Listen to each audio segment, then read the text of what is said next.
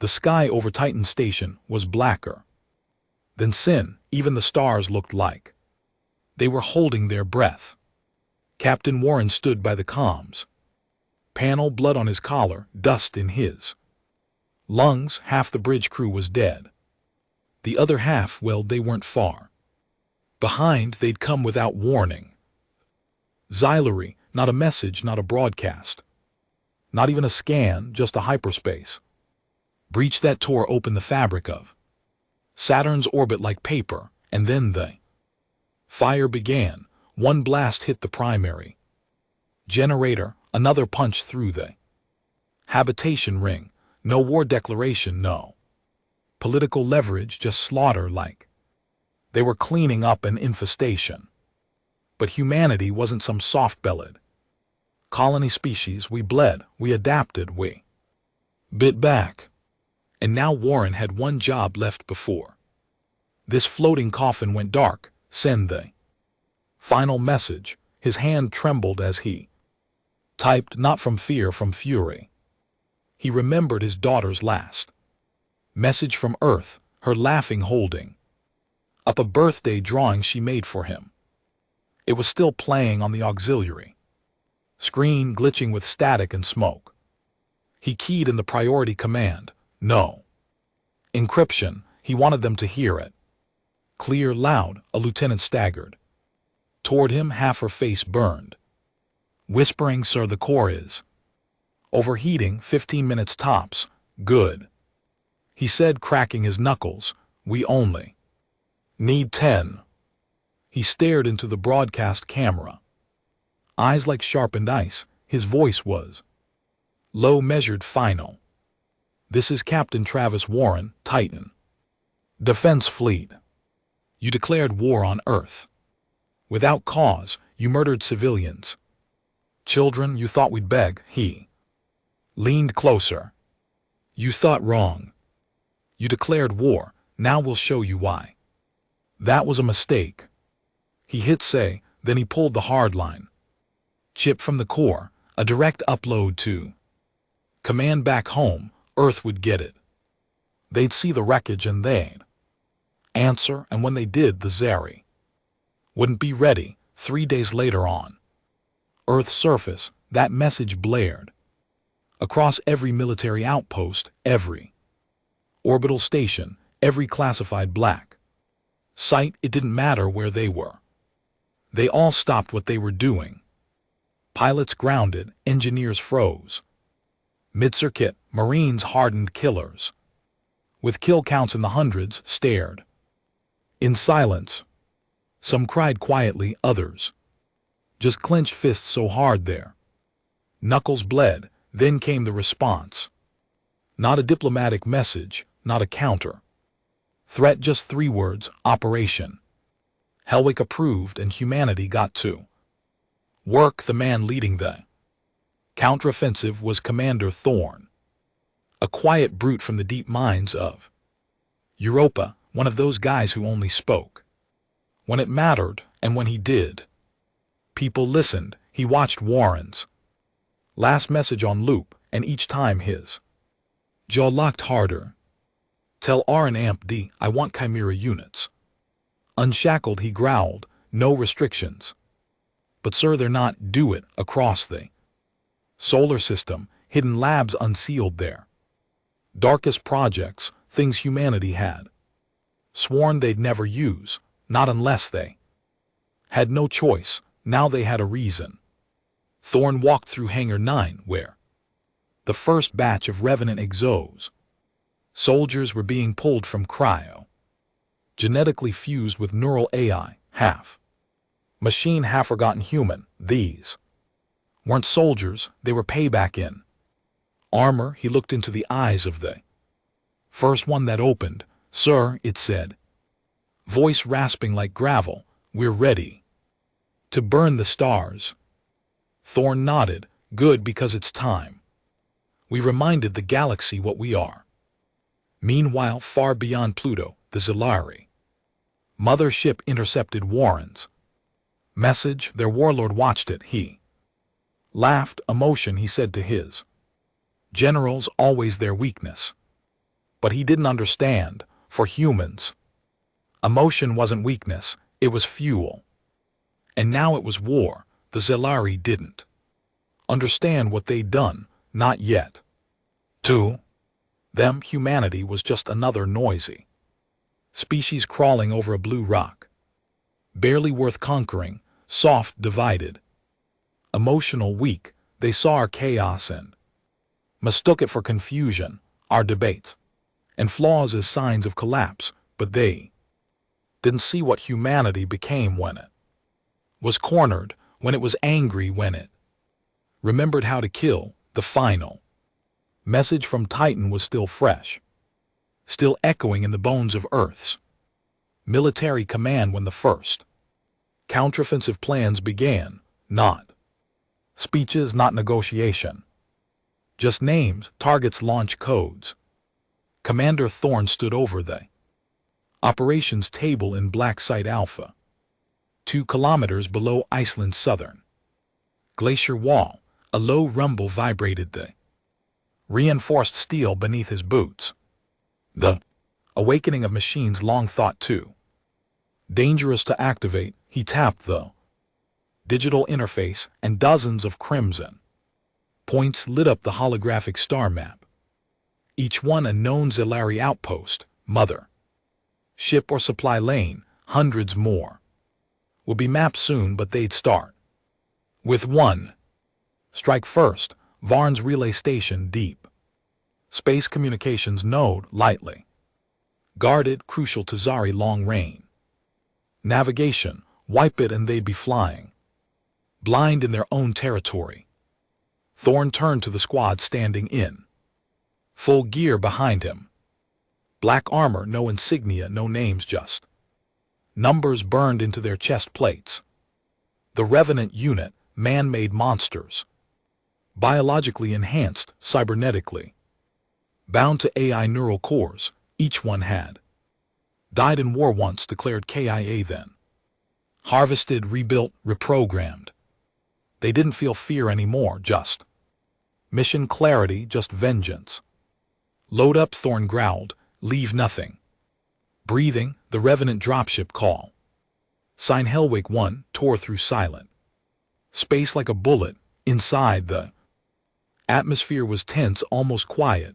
No chatter, no psych-up speeches, just low breathing and gear checks. Unit Ojensen sat across from Unit 12, his eyes like chip stone. First live up, Zahn muttered. 12 didn't look up.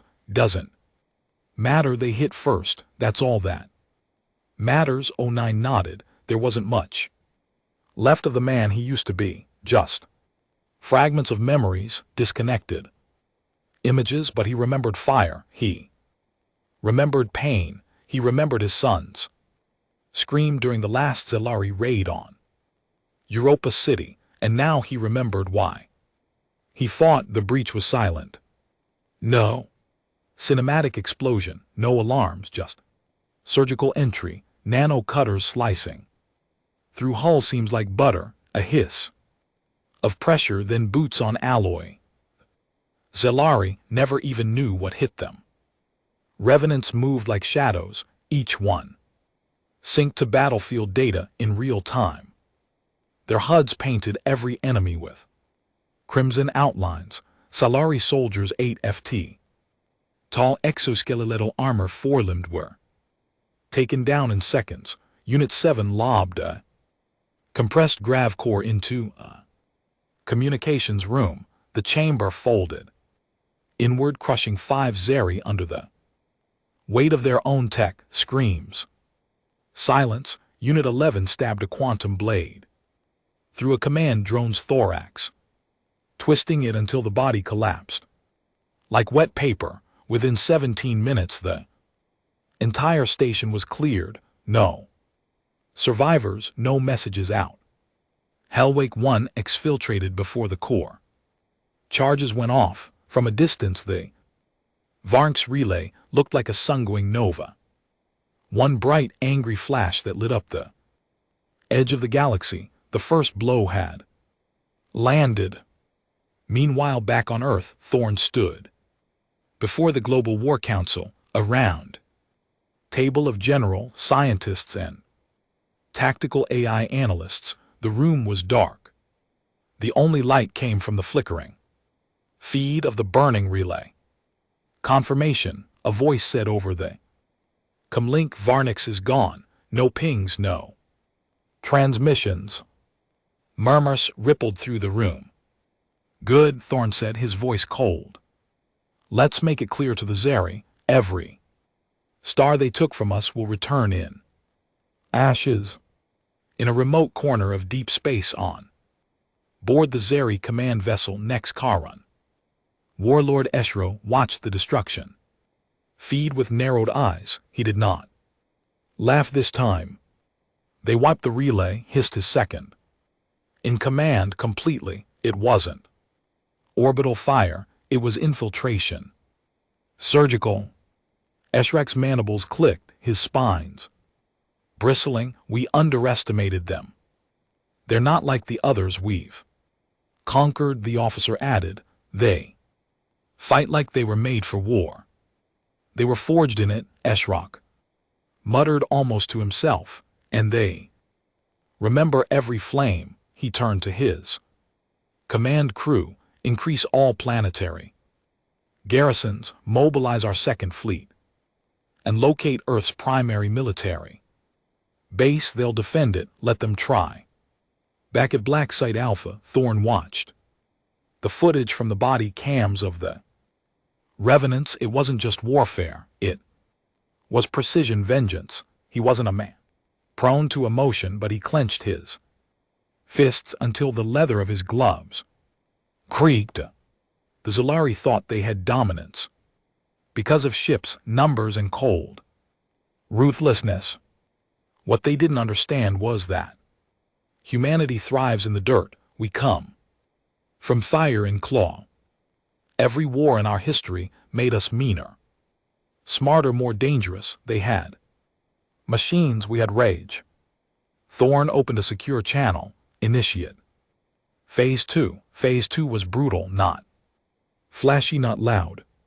They hit resource lines, food synthesis plants, hatchery stations. No civilian targets, no war crimes, just precision decimation of every infrastructure node the Zeri needed to function. Within a week, 18 Zeri supply sectors went dark. Their outer colonies began starving. Their internal command started fracturing. And worst of all, for the first time in Zeri history, they began doubting. Somewhere in the back-end systems of Earth's orbital defense grid, a young operator named Keegan watched the incoming transmission logs. One came in from a Zeri recon unit, heavily scrambled, weak signal. He leaned in, heart racing. The translation came in slowly, piece by piece. This is Unit 6, Auxiliary Scouting Detachment requesting emergency evac. We encountered human forces, not normal soldiers. They move without fear. They see us before we see them. They're hunting us. Keegan blinked. He forwarded the clip to Thorne, and for the first time in days, Thorne let a small, brutal smile crack across his face. But victory was never clean. It always cost something. The revenants weren't gods. They bled, they burned, they died. Unit 4, the oldest of the current batch, a man once known as Riker, was vaporized during the blackout run on the Drosk array. His body didn't even have time to register the heat. Unit 10 lost half his neural capacity in an EMP trap. They had to ice him permanently. Better than letting the feedback fry the others through the hive link. Each loss hit hard, not because they cried about it. Revenants didn't cry, but Thorne counted the dead every time. And for each fallen soldier, he ordered another Zeri sector erased. But the enemy was adapting too. Warlord Ishra, now furious, began authorizing Bioexperiments never before tested on his own kind, splicing hybrid soldiers, synthetic berserkers, suicidal quantum detonators that could destroy entire moon bases with a single touch. He called them eaters of fire. They didn't speak, they didn't sleep, just ray given form, and he was planning to unleash them on Earth's soil. He wasn't aiming for victory anymore. He wanted extinction back on Earth. As the war escalated, the people began to feel the cost. Cities like Montreal, Kyoto, Johannesburg, they all began rebuilding their bunkers. Food was rationed. Every able-bodied person trained. Kids watched vids of Titan's last message in schools, not for history, but motivation. The final words of Captain Warren became a holy chant. You declared war, now we'll show you why. That was a mistake. It was etched into buildings, spray painted onto helmets, whispered before drops, and still Earth was preparing for the final blow. Message was being drafted, a second broadcast, not a plea, a promise. This one would go out after the next major strike, the attack on the Zilari home world moon Vash-Toran. It was sacred to them, cultural, ancient, untouched by war for over 1,000 years. That would end in 6 days. The Revenants were already prepping new drop pods, better heat shielding, a full AI-run orbital assist to coordinate.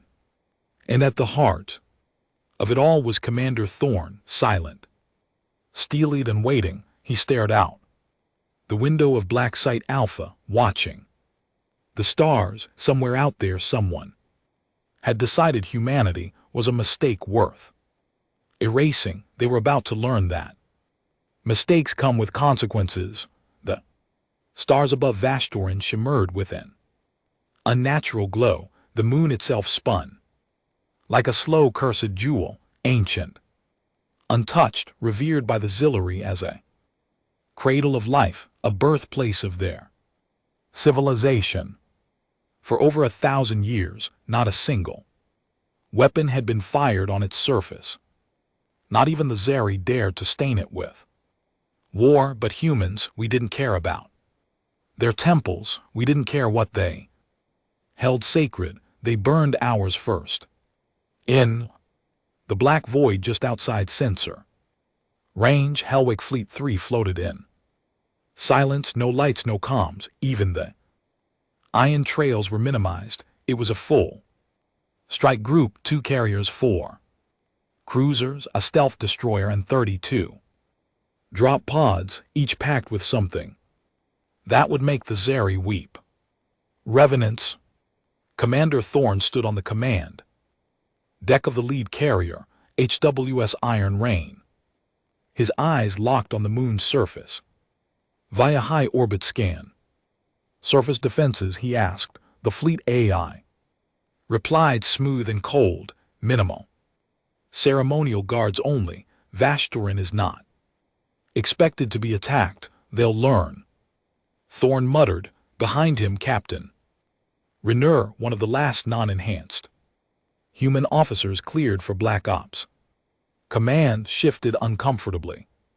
Still seems wrong, hitting their holy moon.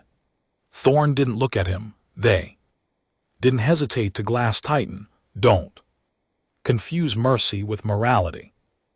Rainier said nothing more. Inside drop pod 7, Unit 9 gripped the side rails. His breath hissed through his respirator, fogging the small viewport in front of him. The Revenants weren't nervous. They didn't freeze. But they remembered. He remembered the Europa colony fires. He remembered his son torn apart in the evacuation stampede. He remembered the smell of ash and blood. They wanted war. They were about to get something worse. Confirmed trajectory, the dropcom. Crackled planet fall in 2 minutes. The pods detached silently, gliding into Gravity wells like reapers, one by one. 32 coffins of vengeance screamed through. Vast torrent skies burning bright and vast.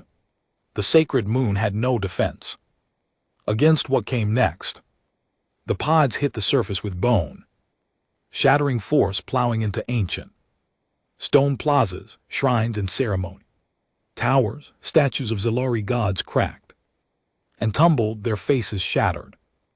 Beneath metal boots, Unit Z9 kicked open his hatch and stepped out into the dust. Choked air, no resistance yet, just silence, the kind that meant something important was about to die. HUDs lit up. Paths mapped, targets confirmed. Fan out, full perimeter sweep barked.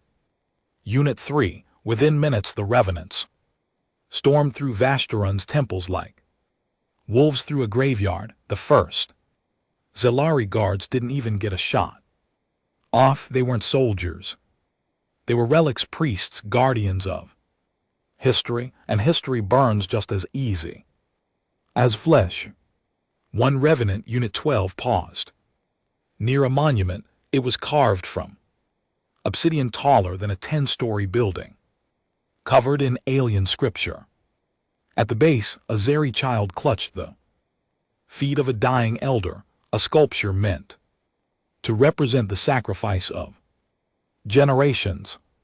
He looked at it for a second longer than he should have. Unit 3 noticed. You freezing up. 12 didn't respond, but in the next moment he planted an overcharged plasma charge at the base and walked away. The explosion tore through the sacred shrine, throwing dust and shrapnel into the air. Statues of ancient heroes collapsed like broken toys. Not freezing, he muttered, just aiming. Back on the Iron Rain, Thorn watched the video feed with steel cold detachment. The Zilari won't let this slide, the fleet AI commented. This was sacred to them. I'm counting on it, Thorn said. Rainier frowned. You want them angry. Want them emotional, reckless. The more sacred ground we burn, the more they'll overreach. They'll pour ships into this sector to defend ashes while we gut their core systems. He looked at the star map. War is not about honor, it's about breaking your enemy's spine while they're kneeling to pick up the pieces. On the surface, the revenants breached the final sanctum, a subterranean vault said to house the original genetic archive of the Zalari race. Unit 9 stared at the massive egg-shaped structure. It pulsed with blue energy. Living tech. He approached, weapons raised, but no one fired. No alarms. Just silence. Inside the chamber, one Zari remained, an elder, old, frail, covered in ceremonial implants and ancient metal bindings. He didn't flinch when Unit 9 leveled his weapon.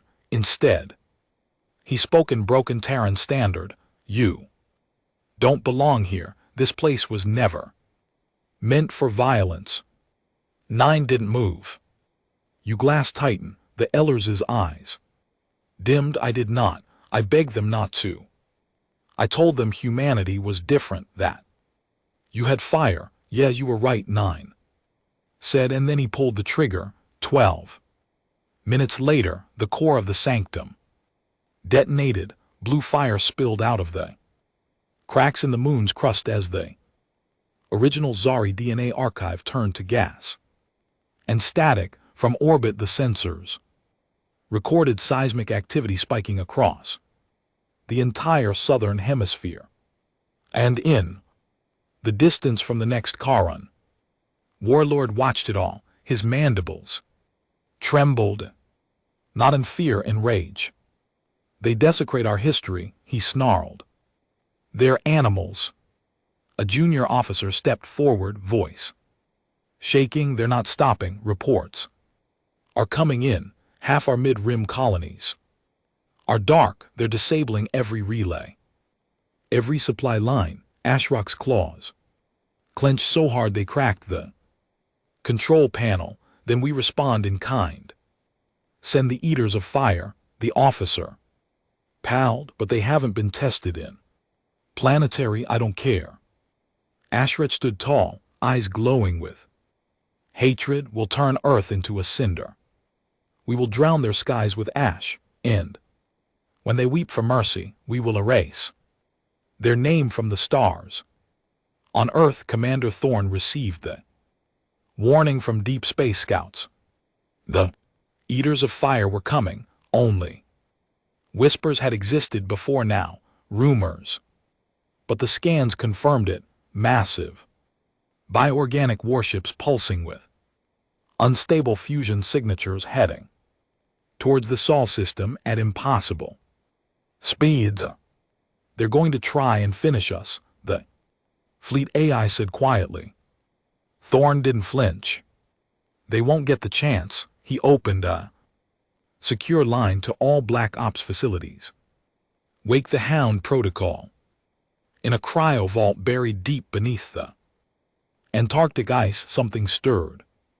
Buried since the last Earth civil conflict, something even the Revenants couldn't fully control. He was older than the others, meaner, built not to infiltrate but to eradicate. The tank hissed open.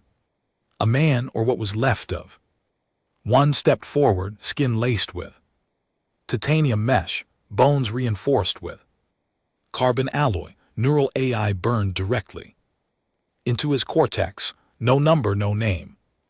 Just a call sign, Hound, as the Revenants exfiltrated from Vash Torin. Unit 9 paused before climbing into the evac shuttle. He turned, staring at the burning ruins behind him, the temples, the shrines, the smoke climbing into orbit. He didn't feel victory.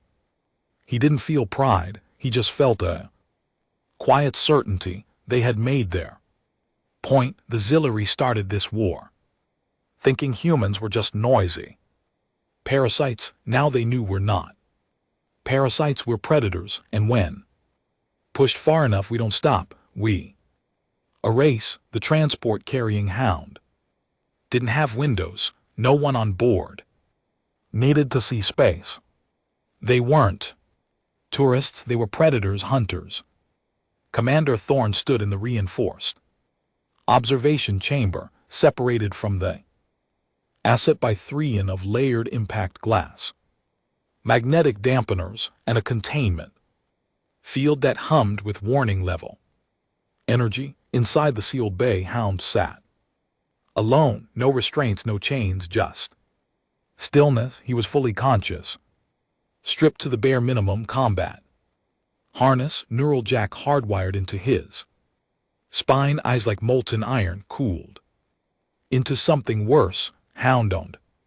Thorne said through the comm, "You understand the target." The man didn't respond immediately. His head tilted slightly, like he was listening to something distant, or maybe remembering something no one else ever should. Then he spoke, voice low, cold.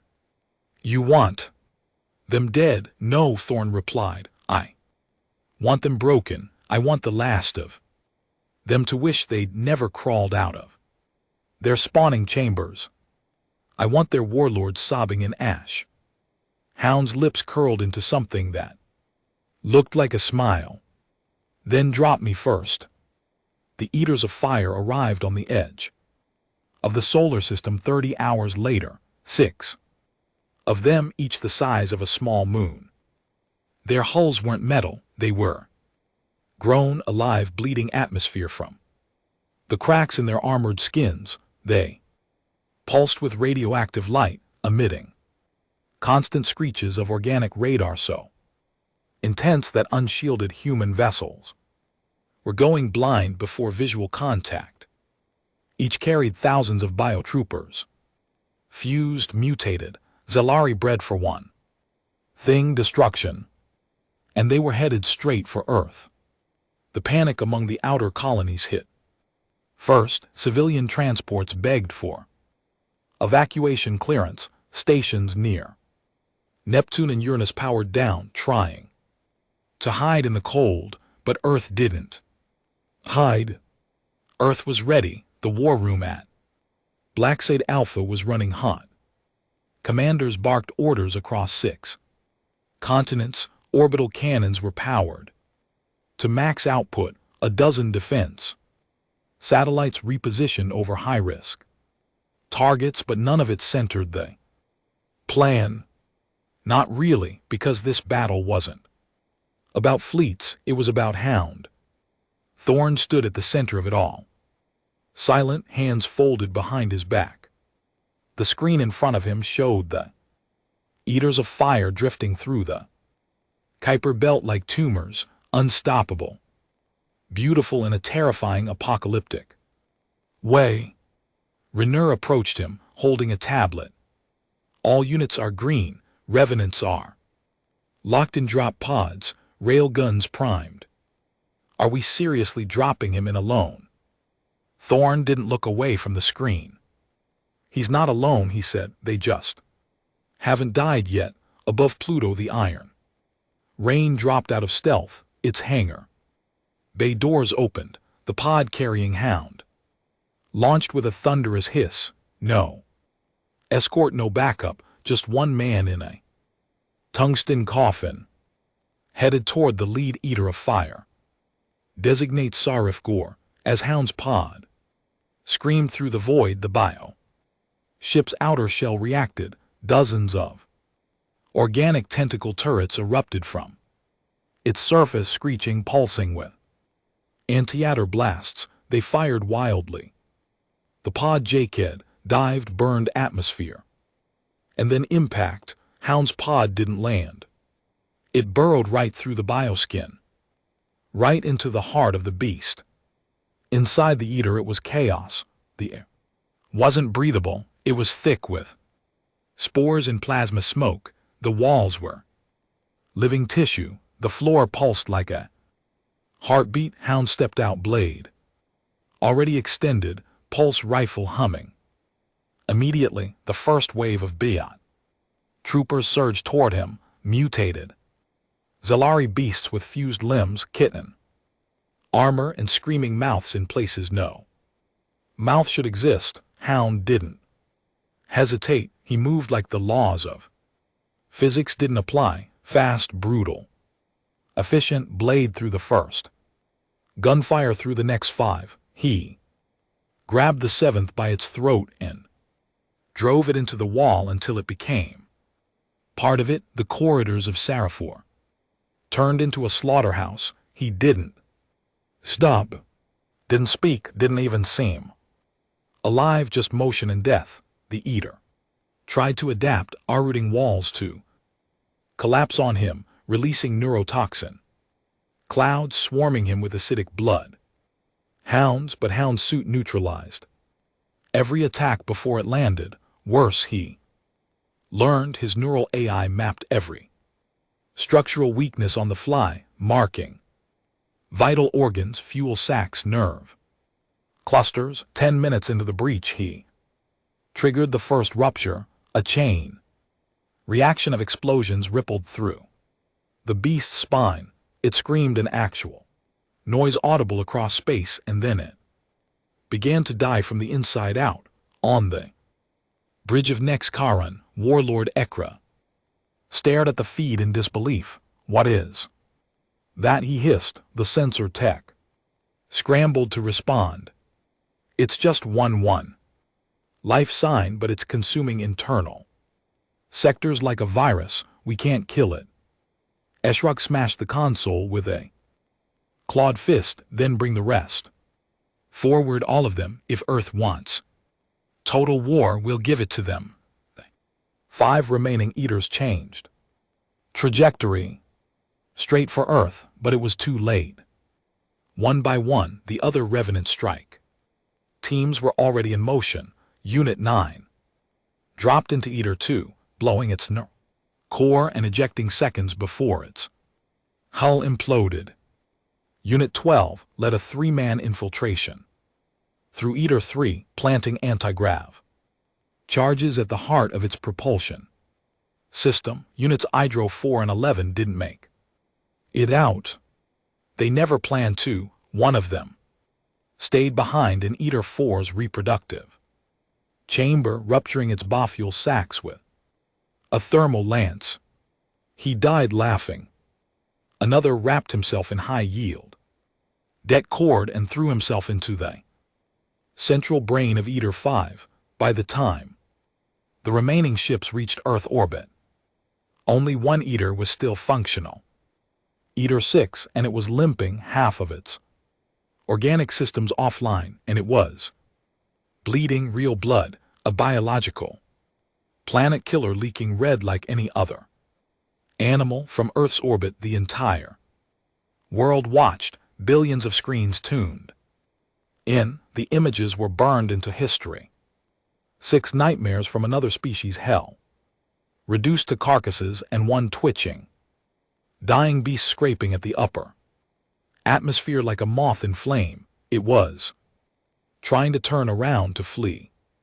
But Earth wasn't done yet. From the clouds above the Pacific, the orbital cannon judgment, one rotated to face the sky. Authorization keys entered. Power surge detected. Commander Thorne stood by the final trigger message. The AI asked. He thought of Titan, of Warren, of the millions that died when the Zari first attacked, of every mistake they made. He looked straight at the broadcast feed and said, "This is for Titan," and fired. A beam of solar-charged plasma carved through the sky like God's sword. It punched through the Eater's chest, burned out its core, and kept going. When it was over, there was nothing left. No debris, no scream, just silence. Back on the Iron Rain, Hound stood alone. In the aftermath of Sarif Gore's destruction, his armor was cracked, his left arm barely responding, but he was alive. He looked up at the stars, breathing in through broken filters. Callum pinged Thorne's voice. "Status there." "Dead," Hound said. "All of them." "Good. Come home." But Hound didn't respond. He looked at the distant points of light in the sky, the same stars the Zillary had come from, and he said, "Not yet." Then he turned toward the escape pod, dragging his blade behind him like it owed him something. The galaxy had gone silent. It took 6 hours for the signals to reach the far sectors. Data fragments, garbled sensor footage, intercepted death screams across encrypted Zillari channels, one by one. Outer empires, fringe species, even Earth's old enemies began to realize the truth. The Eaters of Fire were gone, not defeated, erased, killed by a species they had labeled weak, undisciplined, primitive. Now the silence echoed across stars that had never heard Earth's name before. And suddenly everyone knew it. On Earth, there was no celebration, no parades, no songs, no medals. Commander Thorne stood on the upper balcony of Blackshade Alpha, watching the southern horizon crack with lightning as a storm rolled across the ice flats. The air tasted of metal and ozone, like the war had infected the weather. Behind him, the war room buzzed quietly, analysts tracking Zeri fleet movements, diplomats fielding encrypted messages from alien governments, now interested in peace. But none of it mattered, not to Thorne, because Hound hadn't returned. Not yet. The last signal from him was short. 30 seconds of comms burst as he entered the derelict escape pod after destroying Sarif Gore. "I'm not coming back, not yet. There's something else out here, something following the Zeri. I can feel it." That was 4 days ago. The escape pod's beacon had never activated, and Thorne had a sick feeling in his gut that this war wasn't over. In orbit, inside the salvage cruiser. Long Wake, a three-man recon team, drifted through the remains of SciFiStories. It wasn't salvage, not really, it was autopsy. Commander Rusk, grizzled one-eyed, chewing dried caffeine tabs like candy, stood with his boots buried in layers of burned Zeri tissue, holding a scanner that wouldn't stop glitching. "What the hell is this?" he muttered. The readings made no sense. Creature's internals were wrong, not just biologically engineered, rewritten. Scarred, altered post-birth. "Sir," one of the techs called, "we found something." They led Rusk to what looked like a nerve chamber. At the center, a symbol had been branded into the tissue wall. Not Zeri, not human, circular, angular. Alien, even by alien standards. The scanner didn't recognize it. Rusk stared at it a long time. "It's not theirs," he muttered. "It's older." "Thinghound saw this?" the tech asked. Rusk didn't answer. Back on Earth, Thorne met with the Joint Strategic Council, a small group of Earth's highest-ranking defense minds and AI systems. It was a cold, windowless chamber deep under the Atlantic. One of the elder generals, skin sagging with age and stress, looked up from the transmission logs. "We've confirmed something," he said. Thorne leaned forward. "Go on." 2 months before the Zelari attacked Titan, they sent a fleet out. System, massive displacement, top tier assets. Then they went silent. No response, no trace. Where? Toward a region we've never mapped. Deep space. Too far to be economic. No known colonies. Thorne's jaw tightened. So they weren't running from us, they were running from something else. The general nodded slowly. Whatever they met out there, it terrified them so much they attacked us. To secure the Sol system, not to conquer it, to use it as a shield. Thorne sat back. Silence filled the room, like a funeral dirge. "They weren't the threat," he said. "Finally, they were the warning, far beyond the rim, deeper than human tech was ever meant to reach." Hound drifted through cold space. He was alone in the escape pod, systems shut down to avoid detection. His body ran on emergency stems, his neural AI in low-power mode. He should have turned back. He didn't, because something was calling him, not in words, not in transmissions, but through something deeper, an instinct, a pull. Like whatever was out here knew what he was and wanted him closer. The pod drifted towards a black object in space. Not a ship, not a planet, a structure. Geometrically perfect, no light, no heat. Signature just there, impossible. Ancient, as if the universe had forgotten it, and in his mind Hound heard a sound, not a voice, not language, but meaning. "You are not them. You are worse. You are what comes after. You are evolution by force." He stared out the viewport. His hands gripped the controls, and for the first time since his resurrection, he felt fear. Back home, Earth's skies had changed. The orbital scars from the Eater attack were still visible. Cities had flood lights aimed at the stars like they expected another invasion every second. Children were born in bunkers, elderly refused to leave shelters, but humanity didn't break. We sharpened. Factories shifted into wartime output again. Military recruitment surged. Black Ops programs tripled their funding. Civilian AI researchers were conscripted into defense AI training labs.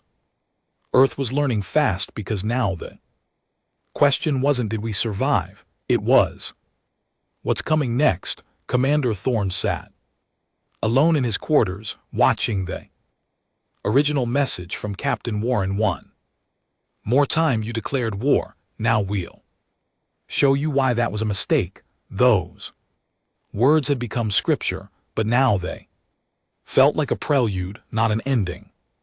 A knock at the door, it slid open. Renaud stepped in pale-faced, holding a new report. You need to see this. Thorne scanned the page, stopped, looked up, voice flat. What is this? We decrypted fragments of a Zeri emergency database from the relay station we hit last month, Renaud said. Turns out there was a class of signals they were intercepting from deep space. What kind of signals? Renaud swallowed hard. They weren't directed at them. They were trying to block them, jam them. He tapped the page. The decrypted phrase lit the screen. The Ascended are watching. Back aboard the drifting structure. Hound stood outside the escape pod now. Sealed in a hard shell suit, he approached the black monolith of alien design. As he touched its surface, it rippled, not with light but with memory. He saw flashes, a world collapsing into itself, creatures screaming in languages the universe had forgotten, stars being harvested like fruit, and humans hundreds of years in the future fighting something they couldn't comprehend. The images burned into his mind. Then one final message pulsed through his neural jack. You are ours now. And the door opened. On Earth, all contact with Hound's beacon ceased. Total blackout. Not dead, not traceable. Just gone. But Thorne didn't panic. He stood before the Joint Command Board and said what no one else could. He's not dead. They found him and he'll be back. A pause. Different. The first sign of them wasn't ships, it wasn't weapons, it wasn't even a declaration. It was silence, the kind of silence that eats sound instead of holding it. Satellites around Jupiter went dark at the same instant. Their feeds froze in mid-transmission.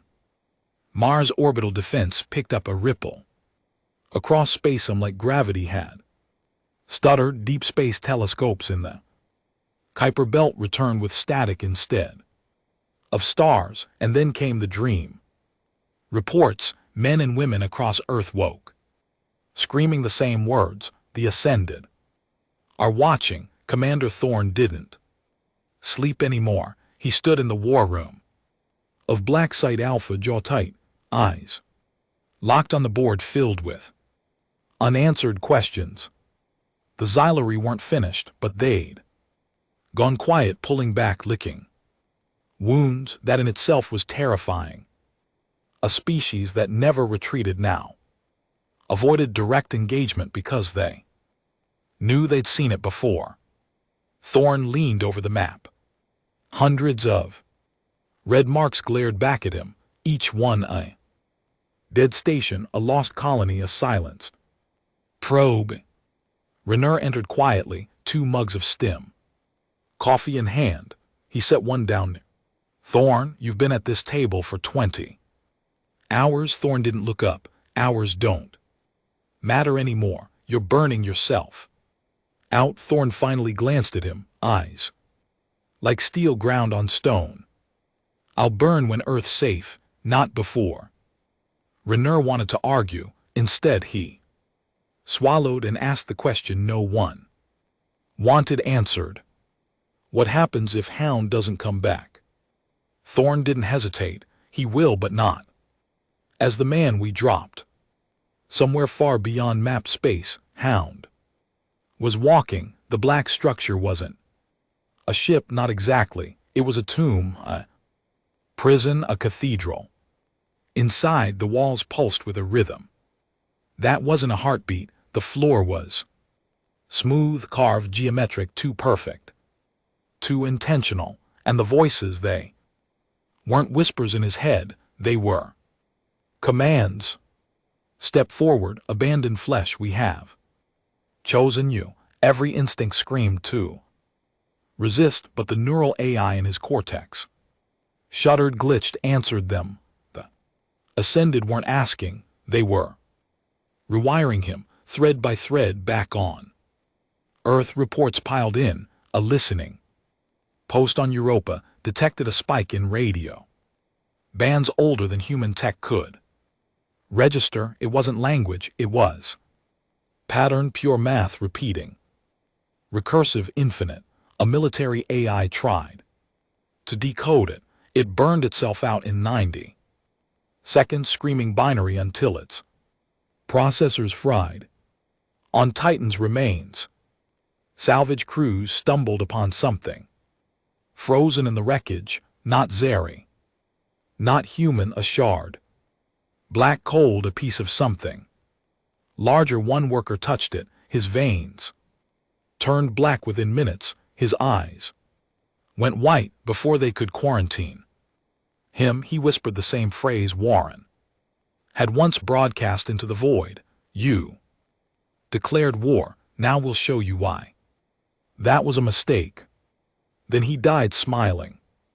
Thorne studied the footage, his knuckles turned white against the console. This isn't invasion, he muttered. This is infection. Raynor shifted beside him. What the hell are we fighting, sir? Thorne finally said it aloud. Not the Zillary, not anymore. He tapped the black shard scone results. We're fighting their gods. Meanwhile, in the ashes of Zillary territory, Warlord Eshro convened his shattered council. Half his generals were gone, his fleets gutted, his empire humiliated. He wanted revenge, but something colder ran through his veins. Now, fear. The humans lit the fire. One of his advisors hissed, we should have crushed them faster. Eshrock shook his head. No, they burned us because we hesitated, because we were distracted. He raised a claw and pointed to the hollow map. The Ascended are awake. Silence fell. Even hardened warlords lowered their heads. They will come for us all, Ashrek continued, and the humans will be their first weapon. In deep space, Hound collapsed to his knees. The structure was inside him now. Or he was inside it. He saw visions. Earth cities, but older, ruined. Consumed by something vast. He saw his own hands tearing through enemies like paper, except they weren't Zillary. They weren't even alien, they were human, and the voices grew louder. We gave fire to your ancestors. We guided your wars, every step you take toward us. Hound gritted, his teeth, blood running from his nose. I am human, he spat. The response wasn't words, it was laughter, cold, infinite, layered in 1,000 dead tongues. Not anymore. On Earth, the revenants began breaking down. Unit 9 woke from stasis with his neural core screaming. He smashed 3 walls before they subdued him. His HUD kept flashing symbols that matched the shard from Titan. Unit 12 went silent during a mission, staring at the sky until his heart stopped. Others reported hearing voices during downtime, dreams that weren't theirs. Raynor found Thorns staring at their medical charts. They're infected, aren't they? Raynor asked quietly. Thorn nodded once. They're not soldiers anymore. They're beacons. The panic spread fast. Civilian sectors whispered that Earth had awoken something worse than they. Zillary, conspiracy forums called it the God War. Even military officers questioned it. If humanity had killed the Eaters of Fire, why was Earth still preparing defenses like nothing had changed? Thorn answered them with one line. Because the Eaters weren't the end, they were the prologue. In the shadows of Black Side Alpha, Thorn received a secure message. Not human not Zeri, translated it read. We have seen the same symbols. You are not alone, but you are not ready. It was unsigned, no source trace, no origin, but Thorn recognized desperation when he saw it. There were others out there, other species who had fought the Ascended before, and they had lost. Back inside the Black Cathedral, Hound reached the heart. It wasn't a machine. It wasn't alive. It was a mirror. When he looked, he didn't see his reflection. He saw what the Ascended wanted him to become, a human no longer bound by flesh, a predator sharpened into infinity, a godkiller, and beneath it all a single truth written in light. Humanity was not chosen to survive. Humanity was chosen to destroy. Hound clenched his fists. His voice was raw, broken, but defiant. I don't belong to you. The structure pulsed, shaking, ancient walls groaning. Then you will belong to nothing. And it began remaking him on Earth. Every revenant collapsed at the same hour, screaming, convulsing. Their neural cores flared white hot, then went dead. Medical staff scrambled, panicked. Systems fried, and through every revenant's mouth came the same broadcast, spoken in unison across continents. We are awake. The world froze. Billions heard it. The Ascended had announced themselves, and humanity realized the Zeri war was just the first mistake. The world didn't breathe for 3 days. Every revenant across Earth lay cold in their containment tanks, neural cores fried, bodies twitching with ghost signal. Civilians demanded answers. Soldiers whispered rumors. Priests said the end had arrived. The phrase repeated across every channel. We are awake. No one knew what it meant, not fully. But they felt it, the kind of dread that curled into the bones. Commander Thorn stood before the United Global Command, a council of broken, exhausted men and women who now ruled by fear more than politics. They wanted explanations. Thorn didn't give them comfort. They've infected our soldiers, he said flatly. The revenants are compromised. Hound is missing. The Zalari are scattered but not gone. And now we face something that doesn't want territory. It doesn't want resources. It wants submission. The counselor shifted nervously. One finally asked, what are they? Thorn's jaw flexed. Predators not of planets, but of civilizations. They strip them down, rewrite them, and they leave nothing behind but ruins. Murmurs broke out. Another counselor leaned forward, voice sharp. So we negotiate. We've survived before. By bending, by adapting. Thorn's eyes went cold. You don't negotiate with fire. You put it out, or it burns everything across the galaxy. The Zalari Empire reeled. Warlord Eshrak sat alone in the war chamber of Nexcaran, surrounded by silence. His generals were dead, his empire fractured, his gods revealed to be nothing more than the monsters that birthed them. He slammed a clawed fist into the table. They've awakened the Ascended, he growled. The humans, the cursed humans. But even as he said it, he knew the truth. The humans hadn't awakened them. The Ascended had always been waiting. And humanity was simply the first species brutal enough to answer back. Back on Earth, chaos festered. Protests in New York, riots in New Delhi, suicide. Cults forming in the ruins of Johannesburg. Everywhere the message spread. Ascended are awake. Humanity is doomed. But for every collapse, there was also rage. Old enemies laid down grudges. Russian and American war fleets docked side by side. African freehold militias volunteered for off-world campaigns.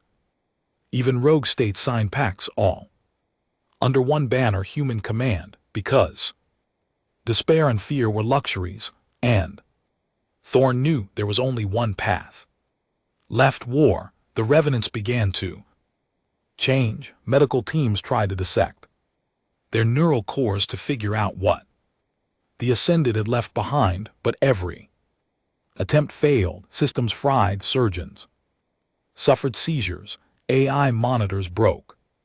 Then Unit Sonin woke up. He sat upright in his containment tank, eyes glowing faint white. The tech's panicked guns were raised, but he didn't attack. He simply looked straight into the security camera and spoke. "He's coming." "Who?"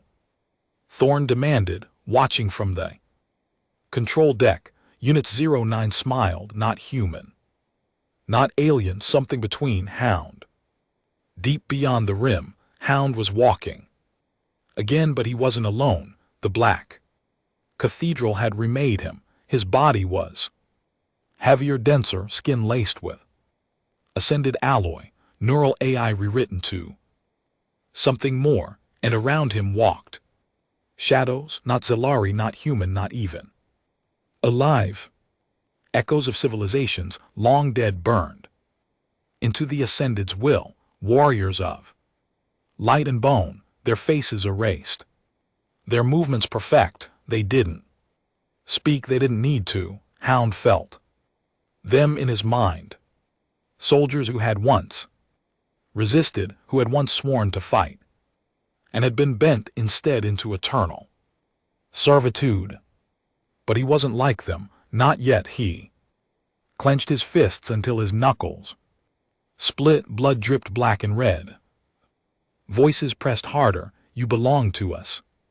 But another voice pushed back. "Captain Warren's words, the last message. You declared war. Now we'll show you why." That was a mistake. Hound roared against the silence, and the shadows flinched. On Earth, Thorn began to plan the unthinkable. "Contact the Zillary," he ordered. The war room froze. Renner looked at him like he'd gone insane. "You want to ally with them after everything?" Thorn didn't blink. "If the Ascended consume us, they consume them too. They're predators of civilizations, not species. If humanity dies, the Zeri are next. If the Zeri die, we follow." Renner shook his head. "They'll never agree. Too much blood spilled." "They'll agree," Thorn said grimly, "because fear makes allies faster than diplomacy. Warlord Eshra nearly killed the messenger when the offer came through. Humans, he spat, they butchered Vashtorin, they burned our shrines. But his surviving advisors pressed him. They also killed the Eaters of Fire. They wounded what we could not." Eshrak hissed, mandibles clattering. Pride burned in his chest, hatred boiled in his veins, but deeper than both was the truth he couldn't deny. The Ascended were awake, and his people would not survive without the humans. He slammed his claws against the war table. "Summon their commander." 2 weeks later, in orbit above neutral ground, a shattered asteroid between Earth and Zellari space, Commander Thorn and Warlord Ishrak met. For the first time, neither bowed, neither looked away. They simply stared, two predators circling the same prey. "You killed my world," Eshek growled. "You glass titan," Thorn answered coldly. Silence stretched thick as blood. Then Thorn said, "The Ascended don't care who started this. They'll end us both unless we end them first." Ashruk leaned forward, spines rising. "You think your fragile species can end what created stars?" Thorn's voice was steel. "We don't need to end them. We just need to bleed them. The first Humani War Council was chaos. Generals screamed, scientists fought, translators struggled. But slowly, painfully, a plan began to form. The Ascended weren't infinite. They weren't gods, they were parasites, feeding on civilizations until they collapsed. If humanity and the Zellari combined fleets, combined weapons, combined soldiers, maybe they could wound them, maybe enough to survive.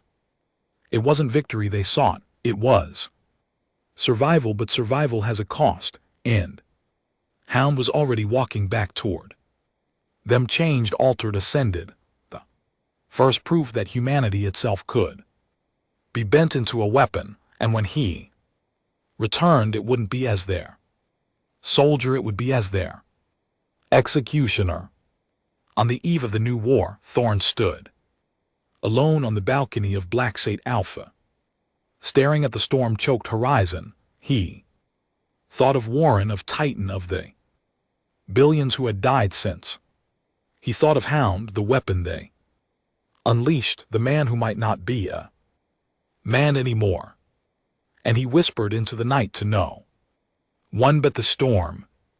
You wanted war, you wanted fire, now you'll see what happens when humanity burns with it. The sky over Earth was no longer blue. It was black, veined with light that wasn't lightning but fractures in reality itself. The Ascended weren't approaching in ships, they weren't invading with armies, they were arriving like a disease that seeped into existence. Orbit shook with storms of static, defense satellites blinded. Space itself shivered, and through it all the same phrase burned in every mind, every transmission, every scream.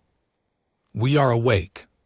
Commander Thorn stood on the command deck of the HWS Iron Rain, staring at the rippling void beyond Mars. Around him floated the remnants of Earth's fleets, battered carriers, scarred destroyer, civilian ships retrofit with cannons. Beside them, for the first time in history, Zellari warships held formation, razored, bristling with spines, their hulls scarred but unbowed. Together, it wasn't an army.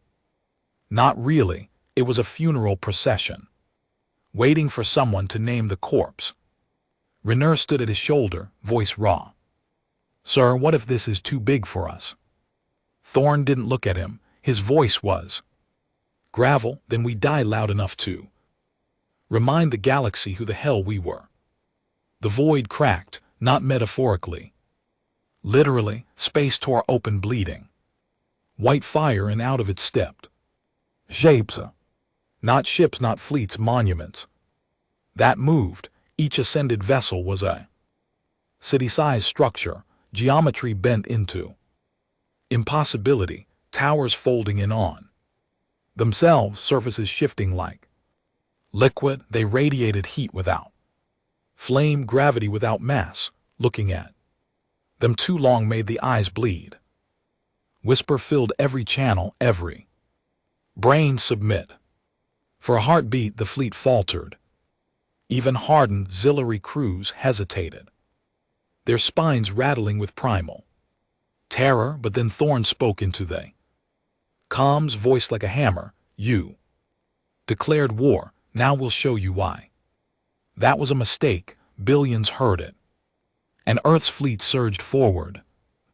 First clash was chaos. Human rail guns lit space with tungsten fire. Salary plasma lances ripped across ascended hulls. Explosions bloomed like suns, but the Ascended didn't fight back. Conventionally, they absorbed shots that should have split ships in half, sank into them like water into soil, and then they reflected it back. Twisted, magnified. 3 Earth destroyers vanished in seconds. A Zeri cruiser bent in half, its crew screaming into open comms before silence swallowed them. But still, humanity fought because surrender wasn't in the blood. And then he came. Hound, his silhouette tore free of the ascended lines like a wolf leaving the shadows. No pod, no ship, just a Man-shaped figure wrapped in black alloy, and light moving through vacuum-like. Atmosphere half human, half something else. The ascended mark burned across his chest, his eyes glowed white, his movements fluid, terrifying. The comms erupted, revenant survivors screamed. Zeri warlords snarled, but Thorn only whispered one word, son of a bitch. Hound drifted between the fleets, motionless for a moment, then his voice filled every channel, not amplified, not mechanical, just there. I am not yours. I am not theirs. I am what you made me. Silence followed, then louder. Now watch me break you, and he moved. The battlefield turned into legend. Hound tore into the ascended constructs like a blade through rot, his fists crushed impossible metal, his body tanked energy. That should have atomized him. Every strike he landed didn't just damage, it corrupted them back, twisting their geometry against itself. The fleets rallied, inspired. Humans and Zelari fought side by side, covering his path, giving him openings. For the first time, predator species stood shoulder to shoulder, and for the first time the ascended faltered. But gods don't bleed without cost. Hound screamed as the ascended pushed back. His body warped, skin splitting alloy grafts burning red, his neural A overloaded with voices not his own. Ascended tried to pull him back into their fold. You are ours. You are evolution. You are the end of them. Thorn saw it, felt it. He knew if they took Hound fully, the war was already lost, so he made the call. Lock every rail gun, focus on the breach. Renner snapped toward him. That's suicide. He's still. Thorn cut him off. If Hound falls to them, humanity's gone anyway. But Hound heard. He looked at the iron ring, at Thor, and for a split second his human side flickered through. Not words, just a nod, permission, and then he roared, "Do it!" The order went through. Every gun fired. The battlefield exploded in light. Hound's body disappeared in the storm, swallowed, burned, obliterated with the ascended constructs around him. The shock wave rippled across the void, tearing through the impossible geometry, unraveling ascended vessels into fragments of broken light. One by one the monuments collapsed, and then there was silence. The war was over. Not one, not truly, but survived. The ascended were gone for now. The fleets drifted, battered, broken, but alive. Humans and Zaleria alike stared into the void where gods had fallen, and for the first time they realized something terrifying. They could be killed. Weeks later, Earth buried its dead, cities rebuilt, ships refitted. Children were born under skies that weren't screaming. But Commander Thorn never celebrated.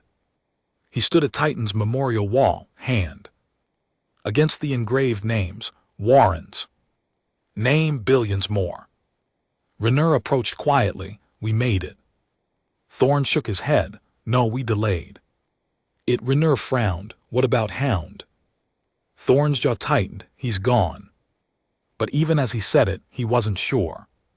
Because sometimes late at night, on channels too quiet to trace, he still heard that voice.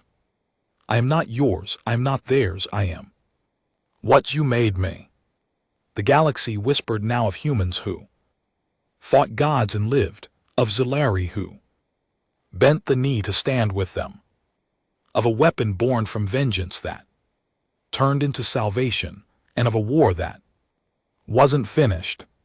Because somewhere out in the black, the ascended weren't dead.